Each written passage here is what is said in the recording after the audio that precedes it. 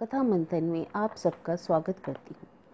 कथा मंथन में आज की कहानी है नरक का मार्ग, जिसके लेखक हैं मुंशी प्रेमचंद। रात भक्तमाल पढ़ते पढ़ते न जाने कब नींद आ गई। कैसे कैसे महात्मा थे जिनके लिए भगवत प्रेम ही सब कुछ था, इसी में मग्न रहते थे। ऐसी भक्ति बड़ी तपस्या से मिलती है, तो क्या मैं तपस्या नहीं कर सकती? इस जीवन में और कौन सा सुख रखा है? आभूषणों से जिसे प्रेम हो जाने, यहाँ तो इनको देखकर आंखें फूटती है। धन दौलत पर जो जान देता है वही जाने, यहाँ तो इसका नाम सुनकर ज्वर सा चढ़ाता है। कल पगली सुशीला ने कितनी उमंगों से मेरा श्रृंगार किया था, कितने प्रेम से बालों में फूल गुथे थे, कितना मना करती रही, ना मानी। आखिर वही हुआ जिसका मुझे भय था। जितनी देर उसके साथ हंसी, उससे कहीं ज्यादा रोई। संसार में ऐसी भी कोई स्त्री है जिसका पति उसका श्रृंगार देखकर सिर से पांव तक जल उठे? कौन ऐसी स्त्री है जो अपने पति के मुंह से ये शब्द सुने कि तुम मेरा परलोक बिगाड़ोगी और कुछ नहीं तो तुम्हारे रंग ढंग कहे देते हैं, और उसका दिल विष खाने को हो गया। भगवान, संसार में ऐसे भी मनुष्य हैं। आखिर मैं नीचे चली गई और भक्तमाल पढ़ने लगी। अब वृंदावन बिहारी ही की सेवा करूंगी, उन्हीं को अपना श्रृंगार दिखाऊंगी। वह तो देखकर न जलेंगे, वह तो मेरे मन का हाल जानते हैं। भगवान, मैं अपने मन को कैसे समझाऊं? तुम अंतर्यामी हो, तुम मेरे रोम रोम का हाल जानते हो। मैं चाहती हूँ कि उन्हें अपना इष्ट समझूं, उनके चरणों की सेवा करूं, उनके इशारे पर चलूं। उन्हें मेरी किसी बात से, किसी व्यवहार से नाम मात्र भी दुख ना हो। वह निर्दोष है। जो कुछ मेरे भाग्य में था वही हुआ। ना उनका दोष है, ना माता पिता का। सारा दोष मेरे नसीबों का है। मुंह पर मुर्दानी सी छा जाती है उन्हें देखकर। जब मैं देखती हूँ कि वो आ रहे हैं तो सिर भारी हो जाता है। जी चाहता है उनकी सूरत ना देखूं, बात तक करने को जी नहीं चाहता। कदाचित शत्रु को भी देखकर किसी का मन इतना क्लांत ना होता होगा। उनके आने के समय दिल में धड़कन सी होने लगती है। एक दिन के लिए कहीं चले जाते हैं तो दिल पर से एक बोझ सा उठ जाता है। हंसती भी हूँ, बोलती भी हूँ, जीवन में कुछ आनंद आने लगता है। लेकिन उनके आने का समाचार पाते ही चारों तरफ अंधकार। चित्त की ऐसी दशा क्यों है, यह मैं नहीं कह सकती। मुझे तो ऐसा जान पड़ता है कि पूर्व जन्म में हम दोनों में बैर था और उसी बैर का बदला लेने के लिए इन्होंने मुझसे विवाह किया। वही पुराने संस्कार हमारे मन में बने हुए हैं। नहीं तो वह मुझे देख देख कर क्यों जलते और मैं उनकी सूरत से क्यों घृणा करती? विवाह करने का तो यह मतलब नहीं हुआ करता। मैं अपने घर में इससे कहीं सुखी थी। कदाचित मैं जीवन पर्यंत अपने घर में आनंद से रह सकती थी। लेकिन इस लोक प्रथा का बुरा हो जो अभागिनी कन्याओं को किसी न किसी पुरुष के गले में बांध देना अनिवार्य समझते हैं। सुशीला को हमेशा हंसते देखती हूँ। वह कभी अपनी दरिद्रता का गिला नहीं करती। गहने नहीं हैं, कपड़े नहीं हैं, भाड़े के नन्हे से मकान में रहती है, अपने हाथों से सारा कामकाज करती है, फिर भी उसे रोते नहीं देखा। अगर अपने बस की बात होती तो आज अपने धन को उसकी दरिद्रता से बदल लेती। अपने पति देव को मुस्कुराते हुए घर में आते देख उसका सारा दुख दरिद्र में छुमंतर हो जाता है। छाती गज भर की हो जाती है और उसके प्रेमालिंगन में वह सुख है जिस पर तीनों लोगों का धन न्यौछावर कर दूं। आज मुझसे जब्द ना हो सका। मैंने पूछा, तुमने मुझसे किस लिए विवाह किया था? यह प्रश्न महीनों से मेरे मन में उठता था, पर मन को रोकती चली आती थी। आज प्याला छलक पड़ा। यह प्रश्न सुनकर कुछ बौखला से गए बगले झांकने लगे और बोले, घर संभालने के लिए, गृहस्थी का भार उठाने के लिए, और नहीं तो क्या भोग विलास के लिए? घरनी के बिना यह आपको भूत का ढेरा सा मालूम होता था। नौकर चाकर संपत्ति उड़ाए लिए जाते थे। जो चीज जहाँ पड़ी रहती थी वहीं पड़ी रहती थी, कोई उसको देखने वाला ना था।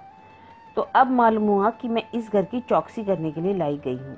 मुझे इस घर की रक्षा करनी चाहिए और अपने को धन्य समझना चाहिए। यह सारी संपत्ति मेरी है, मुख्य वस्तु संपत्ति है, मैं तो केवल चौकीदारिन हूँ। ऐसे घर में आधी आग लग जाए। अब तक तो मैं अनजान घर की चौकसी करती थी। जितना वह चाहते थे उतना न सही, पर अपनी बुद्धि के अनुसार अवश्य।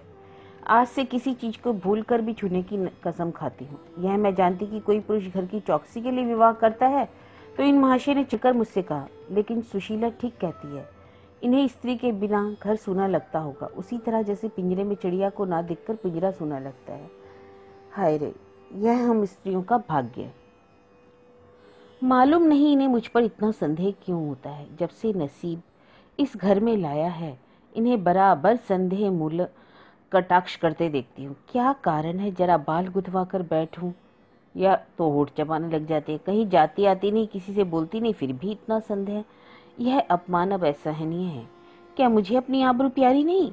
यह मुझे इतनी छिछोरी समझते हैं? इन्हें मुझ पर संदेह करते लज्जा नहीं आती? अरे काना आदमी किसी को हंसते देखता है तो समझता है कि लोग मुझी पर हंस रहे हैं। शायद इन्हें भी यह वहम हो। अपने अधिकार के बाहर कोई काम करने पर बैठने से कदाचित हमारे चित्त की यही वृत्ति हो जाती है।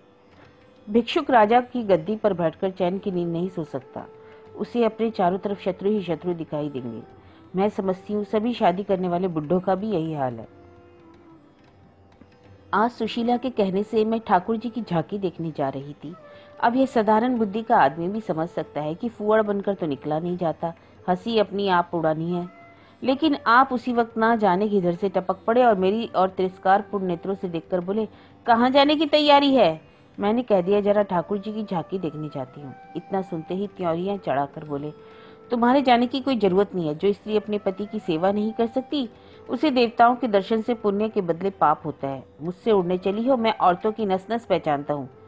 ऐसा क्रोध आया कि बस अब क्या कहूँ। उसी दम कपड़े बदल डाले और प्रण कर लिया कि अब कभी दर्शन न करने जाऊंगी।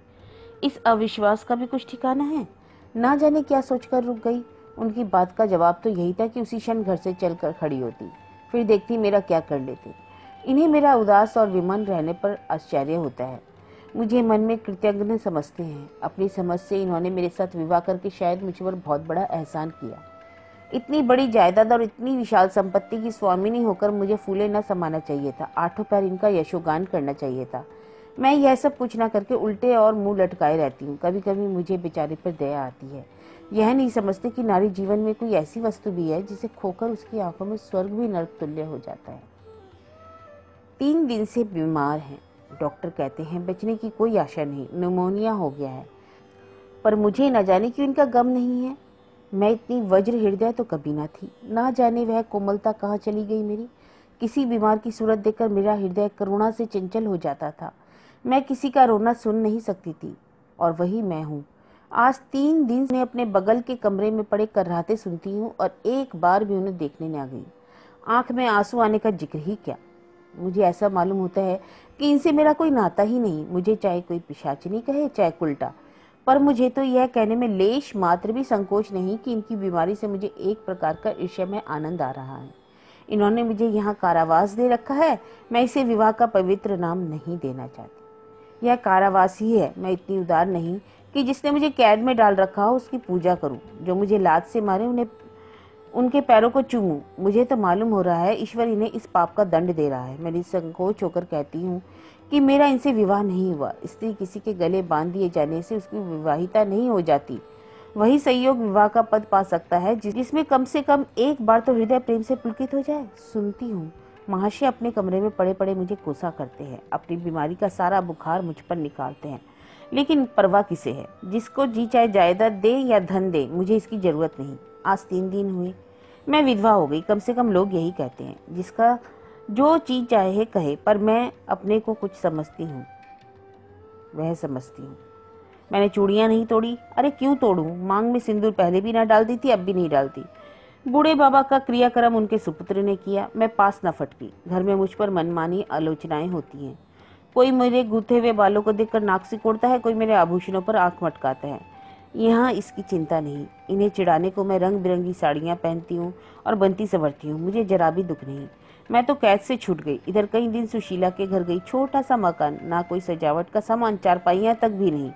पर सुशीला कितने आनंद से रहती है। उसका उल्लास देखकर मेरे मन में भी भांति भांति की कल्पनाएं उठने लगती हैं। उन्हें कुत्सित क्यों कहूँ जब मेरा मन उन्हें कुत्सित नहीं समझता। इनके जीवन में कितना उत्साह है। आंखें मुस्कुराती हैं, होठों पर मधुर हास्य खेलता है, बातों में प्रेम का स्रोत बहता हुआ जान पड़ता है। इस आनंद से चाहे वह कितना ही क्षणिक हो, जीवन सफल हो जाता है। फिर उसे कोई भूल नहीं सकता। उसकी स्मृति अंत तक के लिए काफी हो जाती है। एक दिन मैंने सुशीला से कहा, अगर तेरे पतिदेव कहीं परदेश चले जाएं तो रोते रोते मर जाएगी? सुशीला गंभीर भाव से बोली, नहीं बहन, मरूंगी नहीं। उनकी याद सदैव प्रफुल्लित करती हो रहेगी, चाहे उन्हें परदेश में बरसों लग जाए। मैं यही प्रेम चाहती हूँ। इस चोट के लिए मेरा मन तड़पता रहता है। मैं भी ही ऐसी स्मृति चाहती हूँ जिससे दिल के तार सदैव बसते रहें, जिसका नशा नित्य छाया रहे। रात रोते रोते हिचकियां बन गई। ना जाने क्यों दिल भर आता था। अपना जीवन सामने एक बिहड़ मैदान की भांति फैला हुआ होता था, जहाँ बगलू के सिवा हरियाली का नाम नहीं। घर फाड़े खाता था।